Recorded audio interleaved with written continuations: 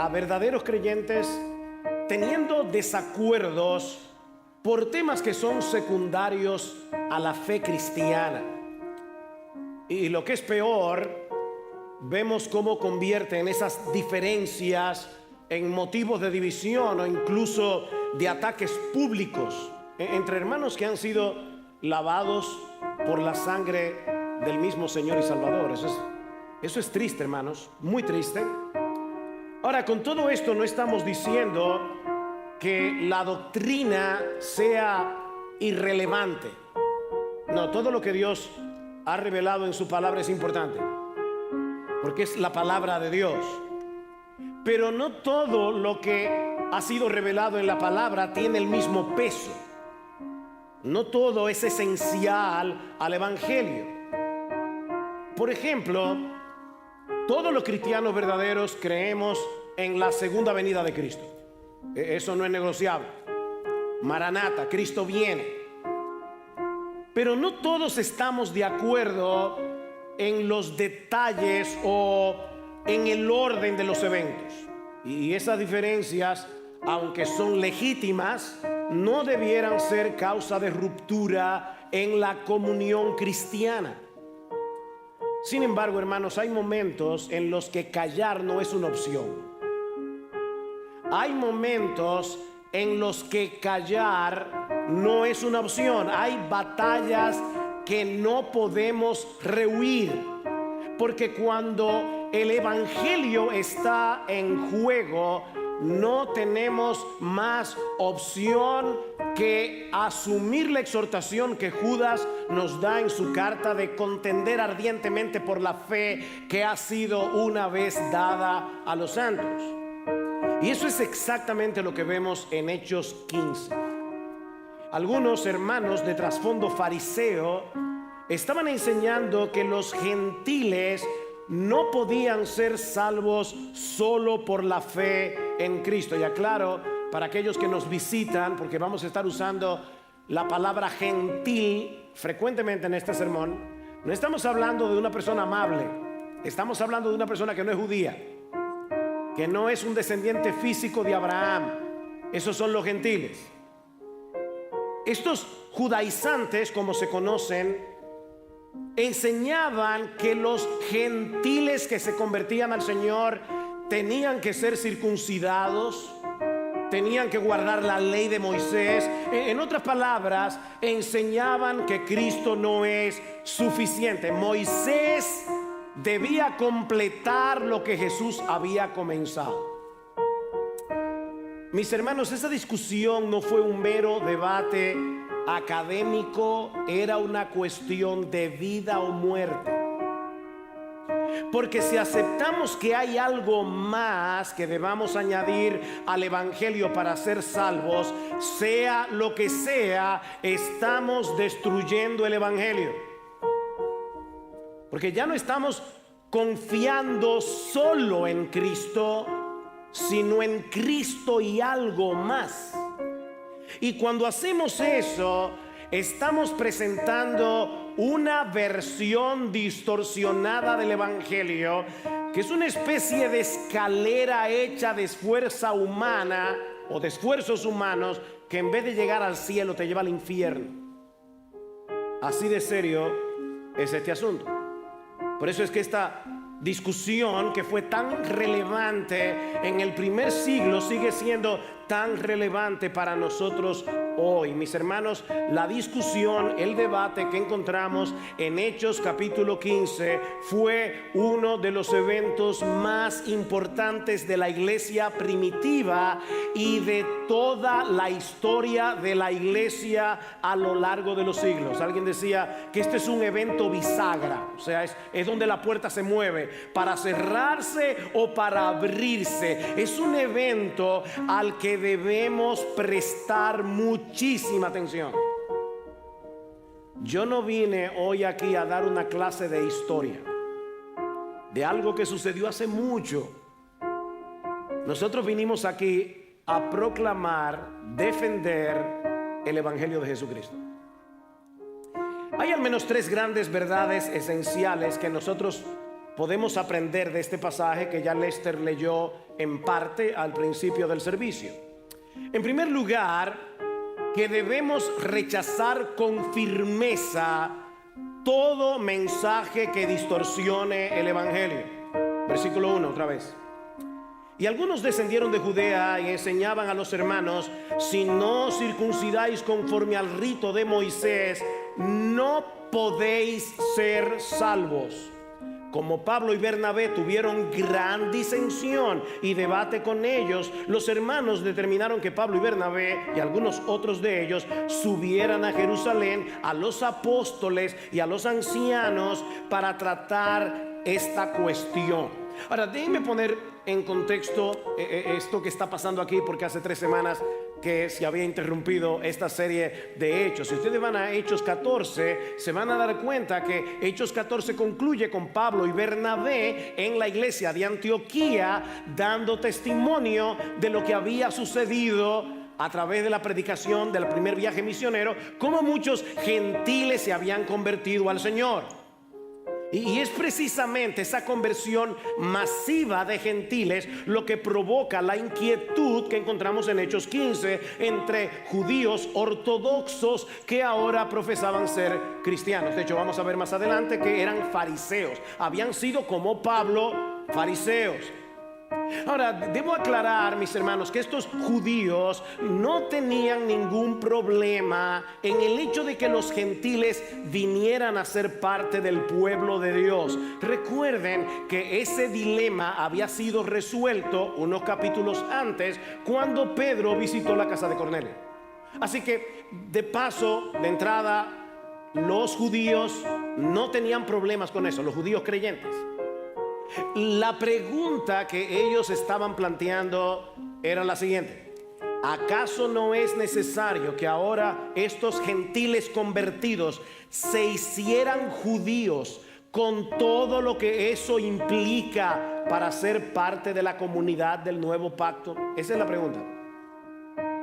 Estamos contentos con la entrada de los gentiles al reino de Dios. Solo queremos estar seguros de que entren por la puerta correcta. ¿Y cuál es la puerta correcta? Que se circunciden, que es la señal del pacto abrahámico, y que guarden la ley de Moisés. Vean el versículo 5.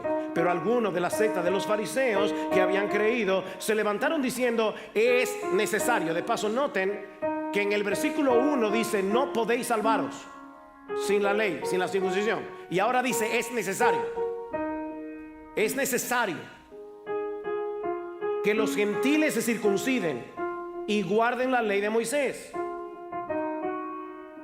Mis hermanos, nosotros tenemos que entender que durante siglos el pueblo de Israel había basado su identidad como pueblo del pacto, apartado del resto de las naciones de la tierra, por medio del rito de la circuncisión y por la obediencia a la ley. Así que lo que ellos están planteando es: si ahora estos gentiles van a ser recibidos como parte del pueblo del pacto, tienen que hacer lo que los participantes del pacto han hecho por siglos, circuncidarse y guardar la ley. Eso es lo que Dios mandó. Para colmo, estos fariseos, estos judaizantes, decían haber venido de parte de Jacobo. Lo dice en el versículo 24, lo veremos más adelante. Pero esto complicaba las cosas, porque estos gentiles que están en Antioquía y en toda Asia Menor ahora van a recibir el mensaje de que la iglesia madre en Jerusalén está diciendo: Pablo y Bernabé les están predicando un evangelio incompleto, porque no los están obligando a circuncidarse y a guardar la ley de Moisés para ser salvos. En otras palabras, ellos están diciendo: Pablo está predicando un evangelio incompleto, y al mismo tiempo ellos están diciendo: Cristo no es suficiente. Cristo no es suficiente. Este asunto fue tan serio que Pablo y Bernabé no solo tuvieron un fuerte debate con ellos, lo vemos en el versículo 2, dice que tuvieron gran disensión. Esto no fue un debate pequeño, sino que los hermanos de la iglesia de Antioquía entendieron que este problema no se iba a resolver en Antioquía en una discusión entre Pablo y Bernabé por un lado y los judaizantes por el otro. Esto tenía que ser tratado directamente en la iglesia madre por los apóstoles, y por eso envían a Pablo y a Bernabé a Jerusalén. Esto es lo que se conoce como el Concilio de Jerusalén, y de hecho es la base para muchos otros concilios que celebraría la iglesia, sobre todo en los primeros 5 siglos de la era cristiana. Lo que estaba en juego era tan fundamental, era tan decisivo para la misión de la iglesia, para la proclamación del evangelio, que era necesario que este asunto se tratara seriamente por los apóstoles y por los ancianos de la iglesia en Jerusalén. Y esto nos enseña, mis hermanos, que toda enseñanza que añada requisitos humanos a la gracia de Dios debe ser confrontada y rechazada. Y yo quiero ser bastante claro aquí. O sea, el catolicismo romano no pasa el sedazo de Hechos 15. Porque aunque la iglesia católica romana enseña que la salvación es por gracia, aunque evidentemente la definición que ellos dan de la gracia es muy diferente a la que encontramos en el Nuevo Testamento, pero los católicos romanos enseñan que la salvación es por gracia, pero al mismo tiempo dice que esa gracia debe ir acompañada de nuestra participación activa en los sacramentos y en las buenas obras. Así que otra vez tenemos a Cristo más algo más. Cristo y algo más. La iglesia católica romana no pasa este sedazo. O el mensaje que lamentablemente escuchamos en algunos círculos evangélicos, donde también se predica a Cristo, donde también se predica que la salvación es por gracia, pero al mismo tiempo se promueve un legalismo asfixiante en el que la salvación de Dios, la aceptación de Dios, parece depender, por lo menos en la práctica, de nuestro nivel de consagración, de nuestra vida devocional o de nuestra obediencia. Mis hermanos, ese mensaje convierte a Cristo en un salvador parcial. Él lo comienza, tú lo terminas. Es un evangelio que abre la puerta del reino, pero ahora Cristo se sienta a observar pasivamente cómo tú te esfuerzas por no cerrar esa puerta. O sea, Cristo te entra, pero ahora la permanencia depende de ti. Eso no es gracia. Eso es una forma refinada de esclavitud. Lo que distingue al evangelio bíblico es que Cristo no solo nos perdona al principio, Él es el que nos sostiene hasta el final. Es Cristo, Cristo, Cristo, de principio hasta el fin. Su gracia salva y su gracia santifica. Las dos cosas. O sea, déjenme aclarar, porque a cada rato recibimos críticas por predicar el evangelio, lamentablemente de gente que profesa ser cristiana y no precisamente católicos romanos. Yo no estoy diciendo que los cristianos pueden vivir como les dé la gana porque ya Cristo murió por sus pecados. No estamos diciendo eso. Lo que estamos diciendo es que nuestra aceptación delante de Dios depende enteramente, únicamente de la obra de Cristo en la cruz y de su vida perfecta. Nada más. A la vez que estamos diciendo que esa obra produce en el verdadero creyente un deseo sincero de consagrarse, de obedecer a Dios, pero no para ser aceptados por Él, sino porque ya fuimos aceptados únicamente por gracia y solo por medio de la fe. Yo voy a repetir varias veces esto, hermano, porque quiero que se quede grabado con cincel de diamante en sus corazones. Todo lo que pretenda añadir algo más a la obra de Jesucristo y a la gracia de Dios en Cristo es un falso evangelio que diluye la gracia de Dios mezclándola con méritos humanos. ¿Y saben por qué esto es importante, mis hermanos? Porque tú y yo llevamos un católico romano en el corazón.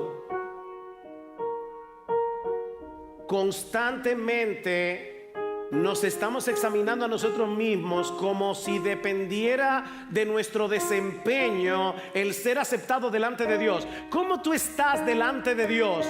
¿Cómo tú respondes esa pregunta? Bueno, la forma verdadera y correcta de responder esa pregunta es: sí, estoy bien con mi Dios. ¿Saben por qué? Porque Él pagó por todos mis pecados en la cruz, no por nada más.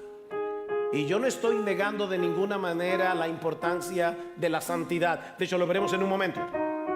Pero aquí estamos defendiendo el evangelio de la sola gracia de Dios. Lo que nos lleva a nuestro segundo encabezado. Debemos defender la salvación en Cristo únicamente, por la gracia de Dios únicamente y solo por medio de la fe, como el corazón del evangelio. Dijimos hace un momento, no podemos tolerar nada que distorsione el evangelio. Ahora estamos diciendo que lo que este pasaje nos enseña es que la salvación en Cristo únicamente, por la gracia de Dios únicamente, solo por medio de la fe, es el corazón del evangelio. Versículo 6. Entonces los apóstoles y los ancianos se reunieron para considerar este asunto, y después de mucho debate Pedro se levantó y les dijo: hermanos, vosotros sabéis que en los primeros días Dios escogió de entre vosotros que por mi boca los gentiles oyeran la palabra del evangelio y creyeran. Y Dios, que conoce el corazón, les dio testimonio dándoles el Espíritu Santo, así como también nos lo dio a nosotros. Y Dios, tenemos que suplirlo aquí, ninguna distinción hizo entre nosotros y ellos, purificando por la fe sus corazones. Este testimonio es sorprendente por lo que ya había sucedido en Gálatas 2. Si ustedes recuerdan, en Gálatas 2 Pablo tuvo que reprender públicamente a Pedro porque Pedro hipócritamente se estaba retrayendo, no comía con los gentiles no circuncidados cuando vinieron hermanos supuestamente de parte de Jacobo, el mismo problema que vemos aquí. Y Pedro se retrajo y quiso Pablo lo reprendió públicamente. Sin embargo, Pedro aprendió la lección, y ahora, por la gracia del Señor, aquí lo vemos defendiendo la postura de Pablo, que es la postura de Cristo, que es la postura del evangelio. Hay tres argumentos cruciales en el testimonio de Pedro, y me sorprende, obviamente guiado por el Espíritu Santo, la sabiduría que Dios le dio. Primero, Pedro dice: Dios me escogió para que le predicara el evangelio a los gentiles. Eso no fue idea mía. De hecho, recuerden que tuvo Dios que bajar un lienzo 3 veces para enseñarle a Pedro que no debía hacer acepción de personas. Así que Pedro está diciendo, primero, el evangelio llegó a los gentiles no porque a este genio se le ocurrió, es porque Dios me reveló que yo tenía que ir a predicar el evangelio. Segundo, Dios, que conoce los corazones, dio testimonio de que aceptaba a estos gentiles como suyos, dándoles el Espíritu Santo. ¿Qué argumento? Ellos no se circuncidaron, ellos no guardaron la ley, solo oyeron la predicación del evangelio, creyeron, y Dios, dice Pedro, que conoce los corazones, dio testimonio de que su conversión era genuina, de que eran aceptados como parte del pueblo de Dios, porque Dios les dio el Espíritu Santo. Tercer argumento, versículo 9. Y Dios tampoco hizo ninguna diferencia entre nosotros los judíos y ellos los gentiles, porque Dios, igual que a nosotros, purificó sus corazones por medio de la fe. Wow, qué argumento. Qué argumento, esto es irrebatible. está claro que esto fue una obra de Dios, que no puso como requisito la circuncisión de los gentiles ni la obediencia a la ley para salvar y aceptar a estos gentiles. Versículo 10: ahora pues, ¿por qué tentáis a Dios poniendo sobre el cuello de los discípulos un yugo que ni nuestros padres ni nosotros hemos podido llevar? En otras palabras, Pedro les está diciendo: ¿van ustedes ahora a provocar a Dios rechazando lo que él mismo reveló de una manera tan clara, que los gentiles han sido aceptados en el pueblo de Dios solo por la fe? Pero por otra parte, ¿van ustedes a pretender ahora que los gentiles lleven una carga que ni nosotros los judíos pudimos llevar? ¿Acaso hay algún judío que se haya podido salvar por la ley? Ninguno. ¿Y ahora ustedes creen que los gentiles se van a salvar por medio de la ley, siendo 1000 años ningún judío se salvó de esa manera? Mis hermanos, lo que se requiere para estar en la presencia de Dios no es una fachada de decencia, sino un corazón purificado. Y ningún ritual externo ni ninguna ley puede lograr eso. Imagínate un hombre que se cae en un pozo séptico. Yo tuve la mala experiencia cuando era muchacho de estar montando skateboard. Sí, yo montaba skateboard. Y por estar haciendo lujito, me dio un estrellón. Y el skateboard no pudo haber tomado otro rumbo que irse directo al huequito que hay en la acera donde llega al drenaje de las aguas negras. Y el problema es que el skateboard era apretado. Y el dueño me dijo: I'm sorry, pero tú vas a tener que sacarme el skateboard de ahí. Y yo tuve que destapar mi drenaje, sacar. Ahora imagínate a un individuo que se cae en el pozo séptico, porque yo me sucio un poco, pero no, se cae, está sucio de los pies a la cabeza. Pero en lugar de darse un buen baño, este hombre se pone una chaqueta blanca, bien limpia, porque tiene cita en el palacio del rey. Y él cree que la chaqueta lo hace presentable. Bueno, eso es lo que hacemos nosotros cuando creemos que ciertos rituales o reglas pueden hacernos aceptos delante de Dios. Es como cubrir con una chaqueta blanca un alma empapada de pecado y de inmundicia. Eso no sirve, mi amigo. Eso no funciona. La ley ceremonial nunca tuvo el propósito, nunca tuvo el poder de purificar el corazón. El propósito de esas leyes ceremoniales y purificadoras del Antiguo Testamento era apuntar más allá, fuera de sí misma. Estaba apuntando hacia aquel cuya sangre nos limpia de todo pecado.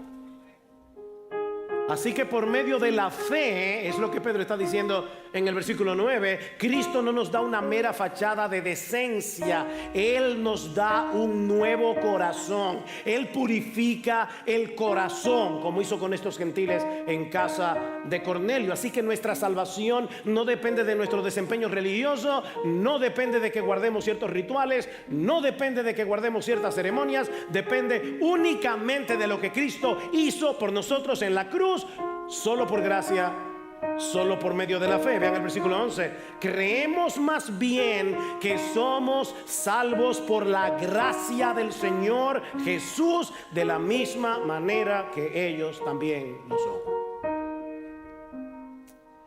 Pedro termina de hablar y ahora le toca el turno a Pablo y a Bernabé.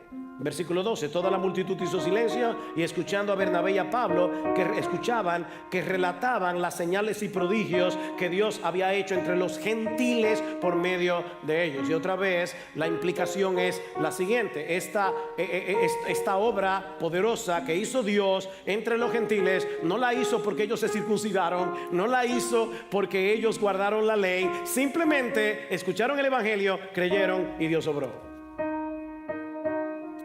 Pero el debate no había concluido todavía. Quedaban cosas por tratar, sobre todo a la luz de la realidad, y esto es muy importante para entender lo que sigue, a la luz de la realidad de que los miembros de la iglesia judíos y gentiles estaban aprendiendo a convivir entre sí. ¿Cómo va a ser el trato ahora entre judíos que tienen siglos escuchando la ley, que todavía guardan ciertas ceremonias o ciertas fiestas como parte de su cultura, y gentiles que no tienen absolutamente nada que ver con eso? ¿Cómo van a convivir entre ellos? ¿Y cómo se va a defender el evangelio con esta diferencia? Eso nos lleva a nuestro tercer encabezado. Debemos cuidar la unidad sin comprometer la verdad. Debemos cuidar la unidad sin comprometer la verdad. Versículo 13. Cuando terminaron de hablar, Jacobo respondió diciendo: escuchadme, hermanos. Simón, no deja de ser interesante que Jacobo usa el nombre hebreo, judío, no hebreo, pero sí judío, de Pedro. Pedro era un nombre griego, Simón era un nombre judío. Así que a propósito, ahora Jacobo dice Simón, y de paso, otra cosa más, ya en este capítulo Pedro desaparece para siempre del libro de los Hechos. Por eso les decía que este pasaje es una bisagra. O sea, hasta este momento Jerusalén es la iglesia madre. A partir de Hechos 15, la iglesia en Antioquía va a tomar la prominencia.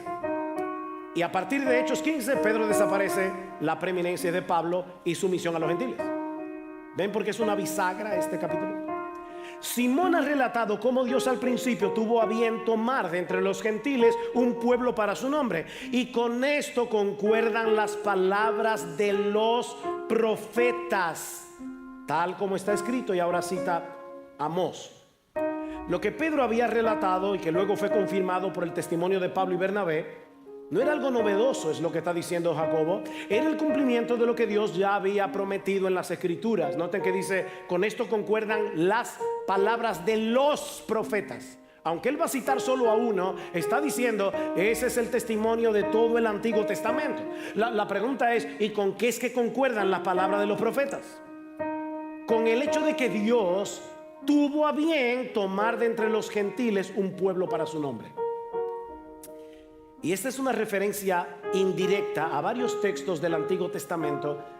Lástima que yo no tengo el tiempo para detenerme aquí en todos los detalles de ese texto, pero hay muchas cosas ahí introducidas. Porque en el Antiguo Testamento varias veces se usa la misma palabra que usa Lucas aquí para pueblo, que es laos. En el Antiguo Testamento, cuando se contraponía a los judíos y los gentiles, a los judíos se le llamaban el laos de Dios, o el pueblo de Dios, mientras que los otros pueblos eran la etne del mundo. ¿Cuál palabra ustedes creen que está usando Lucas aquí? La palabra laos. Y está diciendo: así como Dios en el Antiguo Testamento, lo vemos en texto como Deuteronomio capítulo 28 versículos 9 al 10, no tengo tiempo para buscarlo, o en Isaías varias veces, Dios escogió un pueblo para su nombre. Dios ahora ha escogido un laos, un pueblo sobre el cual también es invocado mi nombre. Y esto no fue un plan B, esto no fue un plan de emergencia que Dios tuvo que sacar de debajo de la manga cuando los judíos negaron al Mesías. No, ese siempre fue el plan. Con esto concuerdan las palabras de los profetas. Versículo 16: después de esto volveré y reedificaré el tabernáculo de David que ha caído, y reedificaré sus ruinas y lo levantaré de nuevo. ¿A qué se está refiriendo Amós aquí? La casa de David en los tiempos del Señor estaba en ruinas. Los judíos eran dominados por los romanos. David ya no tenía un descendiente en el trono. La casa de David estaba en ruinas. Y dice Dios: yo mismo vendré y los reedificaré. ¿Para qué? Para que el resto de los hombres busque al Señor, y todos los gentiles que son llamados por mi nombre, dice el Señor, que hace saber todo esto desde tiempos antiguos. Mis hermanos, este texto es maravilloso, y debería, a nosotros que somos dominicanos, bueno, aquí yo sé que hay cubanos, argentinos, colombianos, peruanos. ¿Se me está quedando algo? haitianos, venezolanos. Ok, a todos ustedes, lo que Amós está diciendo es: Dios mismo vendrá, Dios mismo volverá y reedificará el pueblo de Dios, el tabernáculo de David que ha sido derribado. ¿Cuándo y cómo sucedió eso? A través de la muerte, de la vida, muerte, resurrección y entronización de nuestro Señor Jesucristo, el descendiente de David. Yo no tengo el tiempo ahora, pero ese es el argumento de Pedro en el sermón de Pentecostés. Ese Jesús, el descendiente de David, al que ustedes crucificaron, fue resucitado por Dios y entronizado en los cielos. Sepa pues ciertísimamente toda la casa de Israel que a este Jesús, a quien vosotros crucificasteis, Dios le ha hecho Señor y Cristo. El mismo argumento. El tabernáculo de David fue restaurado en la persona y la obra del Mesías resucitado. Solo que el dominio de ese reino es ahora inmensamente mayor que el que David alguna vez soñó en sus sueños más locos, porque incluye al mundo entero. Versículo 17: para que el resto de los hombres busque al Señor y todos los gentiles que son llamados por mi nombre. Mis hermanos, este pueblo de Dios restaurado, renovado, reedificado, está compuesto por hombres y mujeres de toda tribu, pueblo, lengua y nación que se han sometido voluntariamente al señorío de Cristo y ahora lo reconocen como rey. Me encanta cómo dice el versículo 14 literalmente, y ahí la Reina Valera tiene ventaja sobre la Biblia de las Américas, porque el texto literalmente lo que dice es: Dios visitó a los gentiles para tomar de ellos pueblo para su nombre. ¿Y cómo los visitó? A través de la predicación del Evangelio.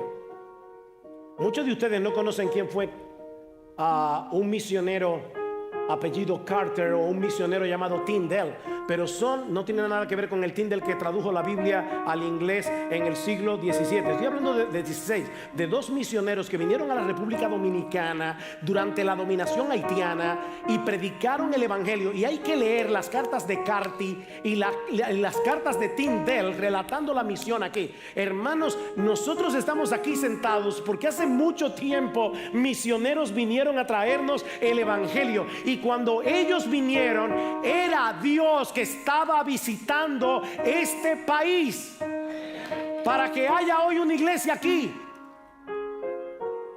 Dios mismo visitó a las naciones a través del Evangelio. Y eso no fue un plan B, repito, ese siempre fue el plan. En ti serán benditas todas las familias de la tierra, le dijo Dios a Abraham. Así que los gentiles no necesitan judaizarse para ser parte del pueblo de Dios. Versículo 19: por tanto, yo opino que no molestemos a los que de entre los gentiles se convierten a Dios. No les pidan esas cosas, porque Cristo es suficiente. Miren, hermanos, esa verdad sigue siendo tan relevante hoy como en el primer siglo, porque dentro del mundo evangélico, tristemente, algunos promueven la idea de que necesitamos parecernos cada vez más a los judíos para tener una espiritualidad más profunda o para pertenecer al pueblo del pacto, como si la sencilla fe en Jesús no fuera suficiente, como si el evangelio necesitara un refuerzo simbólico para ser más relevante, más profundo o incluso más auténtico.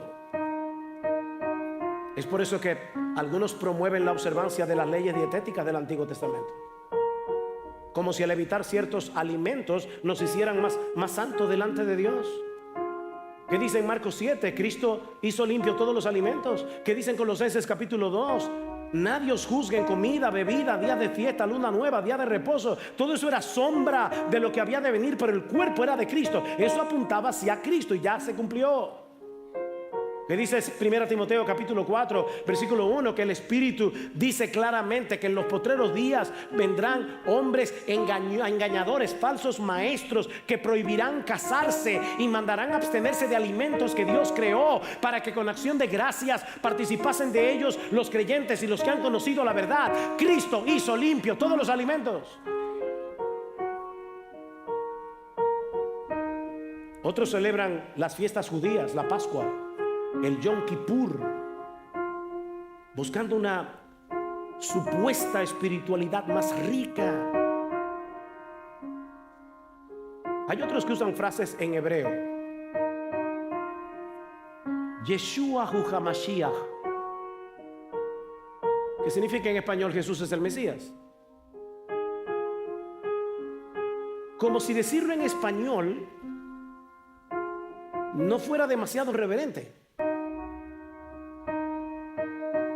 Interesante que ninguno de los autores del Nuevo Testamento, ninguno, inspirado por el Espíritu Santo, escribió en hebreo, ni usaron nunca el nombre Yeshua. Ellos escribieron en griego. El Espíritu Santo, óyeme bien, hermanos, el Espíritu Santo quiso que el Nuevo Testamento se escribiera en griego, usando el nombre griego Jesús, que luego va al latín y del latín pasa al español como Jesús. ¿Saben por qué? Porque el evangelio no está atado a ninguna lengua específica. El evangelio no está atado a ninguna cultura. Nosotros no tenemos que poner aquí una estrella de David. Cristo es suficiente. Su obra es perfecta. En su nombre hay salvación. No importa el idioma en el que lo pronuncies, en chino, en alemán, en ruso.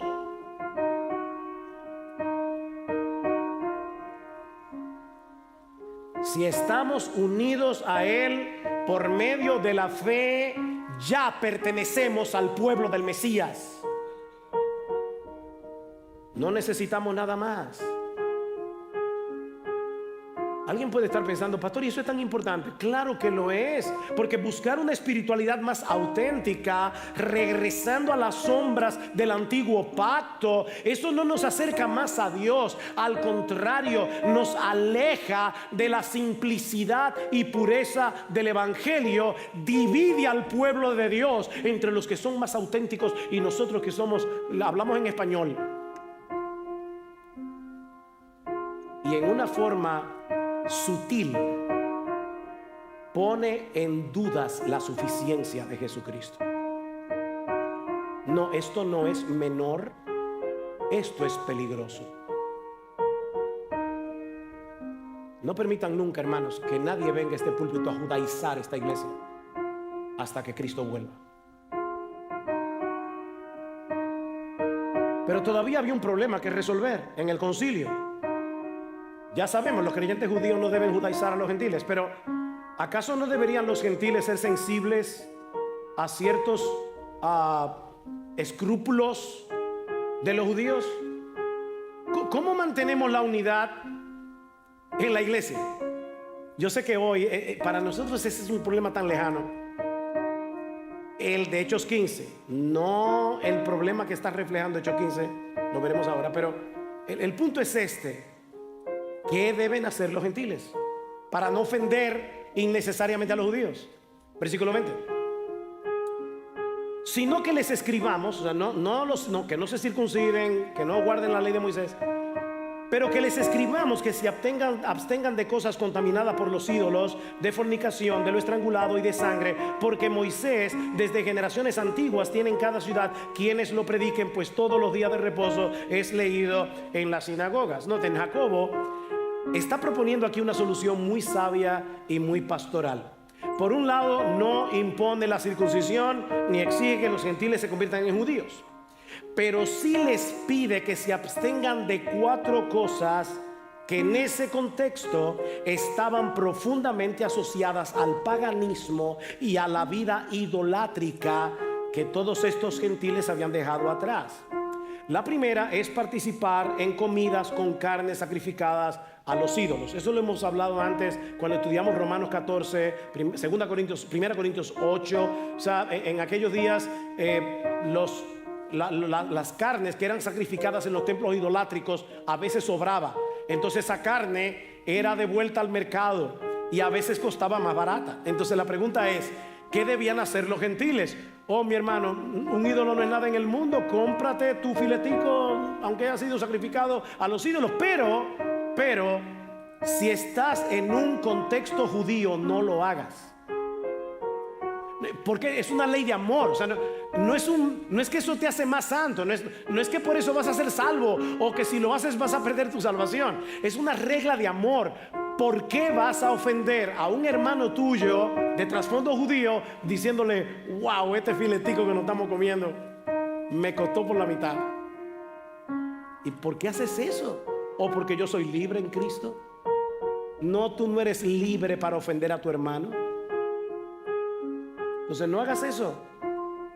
Segundo y tercero, las otras dos, la sangre y lo estrangulado, tiene que ver con la prohibición de comer carne con sangre. En el caso de los animales estrangulados, un judío no podía comerlo en la antigua ley, en el Antiguo Testamento, porque no se le había drenado la sangre, lo cual hacía que esa carne no fuera apta, no era kosher para ellos. Por eso se esperaba que los gentiles, vuelvo y repito, cuando estaban en un contexto judío, evitaran esos alimentos, como una forma de no ofender innecesariamente a sus hermanos. Es una regla de amor. La cuarta prohibición es la más complicada: inmoralidad sexual o porneia, fornicación.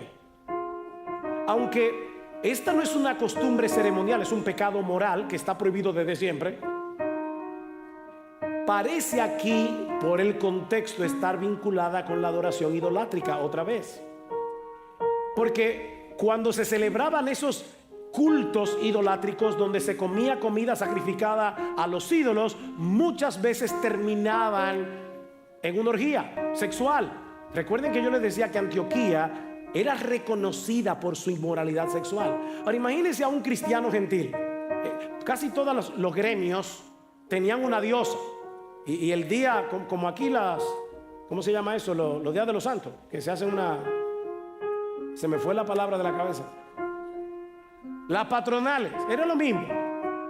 Resulta que un comerciante decía, yo no voy a participar de la fiesta que se está celebrando en nombre de Astoret, o en nombre de Artemisa, o de cualquier otro dios del mundo grecorromano. Pero resulta que era una comida familiar también, que muchas veces terminaba en mala cosa. Entonces un gentil podía decir, pero yo no estoy en ningún lugar malo, yo estoy simplemente aquí participando. Que ellos lo hagan en el día de Artemisa, para mí no hay problema, porque yo no estoy adorando a Artemisa. Yo estoy aquí con mi familia, comiendo carne, tranquilamente. Pero un judío ve eso y dice, uy, uy, uy. O sea, tú que eres cristiano, estás en ese contexto y vas a poner un tropiezo. Ahora, hermanos, algunas de estas cosas, como comer carne sacrificada a los ídolos, o comer carne que no ha sido debidamente drenada, ya no es un tropiezo en nuestra cultura,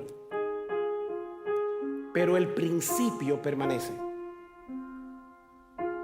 Pastor, ¿se puede comer morcilla? Me imagino que algunos tenían eso en la cabeza.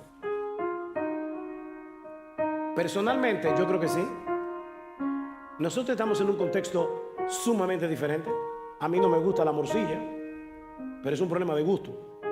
Ahora, religiosamente, no, yo no creo que esta carta es vinculante para toda la iglesia a través de todas las épocas, porque lo dice el versículo 21, porque Moisés tiene quien lo predique. O sea, están en un contexto muy particular. Están diciendo, la iglesia ahora mismo está compuesta de judíos y gentiles. Los judíos todavía no entienden bien cómo es esto del nuevo pacto, están aprendiendo. Entonces, óyeme, abstente.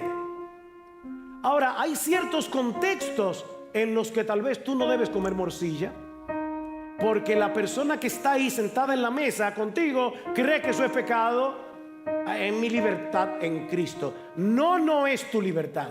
Cristo te hizo libre para que tú aprendas a amar a Dios y amar a tu prójimo. No para que tú hagas con libertad lo que tú quieras. Hermanos, hay lugares que un cristiano no debe visitar, porque en nuestra cultura esos lugares se asocian con la mundanalidad. Esos lugares se asocian con pecado. No debes hacerlo. Punto. Y si tú crees que no puedes dejar de hacerlo, entonces pregúntate si tú no estás idolatrando esas prácticas. Hermanos, ¿qué dice Pablo en 1 Corintios 8:13? Si la comida le es a mi hermano ocasión de caer, no comeré carne jamás, para no poner tropiezo a mi hermano. Romanos 14, decidid no poner tropiezo u ocasión de caer al hermano en cualquier cosa. Lugares que visitas, cosas que tomas. Hay contextos en los que tú puedes beberte una copa de vino y nadie va a tropezar con eso. Pero hay otros contextos en los que tomarse una gota de alcohol de cualquier cosa puede ser un problema. Mi hermano, abstente. Dice Pablo: yo sé y confío en el Señor Jesús, que nada es inmundo en sí mismo, mas para el que piensa que algo es inmundo, para él lo es. Pero si por causa de la comida tu hermano es contristado, ya no andas conforme a la ley del amor. ¿Ven el balance? Sí tenemos libertad en Cristo. No estamos bajo el yugo de un sistema ritual que ya fue cumplido, pero esa libertad no debe ser usada como excusa para herir a otros o para cerrarle la puerta del evangelio a nadie. El amor que Cristo derramó en nosotros debe llevarnos a vivir con sensibilidad, con humildad y con un compromiso profundo por la unidad del cuerpo. Ese es el espíritu que vemos en el concilio de Jerusalén. La iglesia envía una carta, está en los versículos 23 al 29. No la voy a leer aquí, la pueden leer en sus casas. Alguien decía que esta es la carta más importante, una de las cartas más importantes de toda la historia, porque ahí vemos cómo trató la iglesia ese problema que todavía sigue subsistiendo el día de hoy. ¿Qué hace la carta? Desautoriza a los judaizantes, respalda la misión de Pablo y Bernabé, y al mismo tiempo le dice a los gentiles: sean sensibles. El Espíritu Santo, dice en el versículo 28, nos ha parecido bien al Espíritu Santo y a nosotros decirles eso, sean sensibles. ¿Qué pasó cuando esa carta llegó a los gentiles? Dice que la carta fue de mucho consuelo y gozo, versículo 30. Así que ellos, después de ser despedidos, descendieron a Antioquía, reunieron a la congregación, le entregaron la carta, y cuando la leyeron se regocijaron por el consuelo que les impartía. Siendo Judas y Silas también profetas, exhortaron y confortaron a los hermanos con un largo mensaje. Y luego Pablo y Bernabé se quedaron en Antioquía. Silas se quedó también predicando la palabra. Hermanos, ¿qué nos enseña todo esto? Que la doctrina sana no divide al pueblo de Dios, lo edifica, lo consuela. Cuando se defiende la verdad en amor, la iglesia florece y el evangelio avanza. Déjame hacerte una pregunta. ¿Cuál es tu principal interés? ¿Defender tu libertad o que el evangelio se propague? ¿Defender tu libertad o mantener la unidad de la iglesia? En conclusión, este pasaje nos recuerda que el evangelio no necesita ser mejorado. El evangelio no necesita ser actualizado. El evangelio no necesita ser completado. El evangelio es perfecto porque Cristo es perfecto.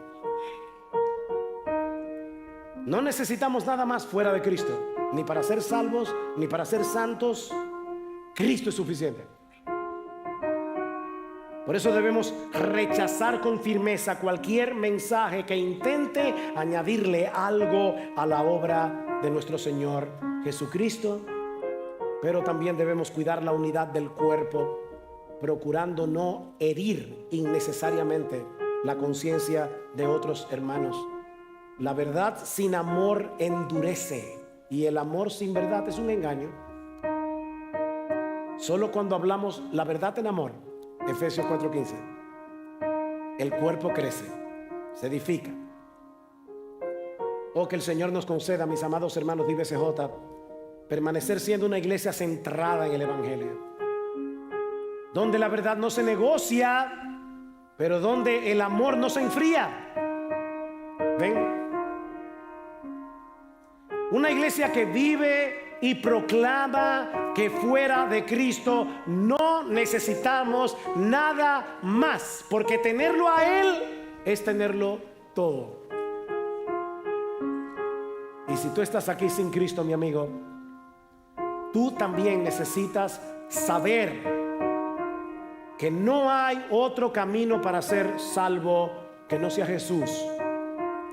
No hay religión, no hay esfuerzo humano, no hay buenas obras para que puedas limpiarte de tu pecado y reconciliarte con Dios. Solo Cristo, solo Cristo, solo su sangre derramada en la cruz, solo su justicia perfecta puesta en tu cuenta por medio de la fe. Mi amigo, Dios no está esperando que tú te vuelvas una mejor persona para entonces salvarte. No. Él llama a pecadores como tú, tal como estás, a confiar únicamente en su Hijo. Mi amigo, hoy es el día de la salvación. No endurezcas tu corazón. Ven a Cristo, confiando solo en Él. No necesitas traer nada contigo, solo tu pecado y un corazón dispuesto a confiar en aquel que se dio a sí mismo en una cruz para salvar a pecadores como tú y como yo. Como hemos visto hoy, el Evangelio no se trata de lo que tú puedes hacer por Dios. El Evangelio se trata de lo que ya Dios hizo por pecadores como tú. Si vienes a Él arrepentido de tus pecados, confiando únicamente en Él, no serás rechazado. Él te recibirá, Él te limpiará, purificará tu corazón y te hará parte del pueblo de Dios, solo por su bendita gracia.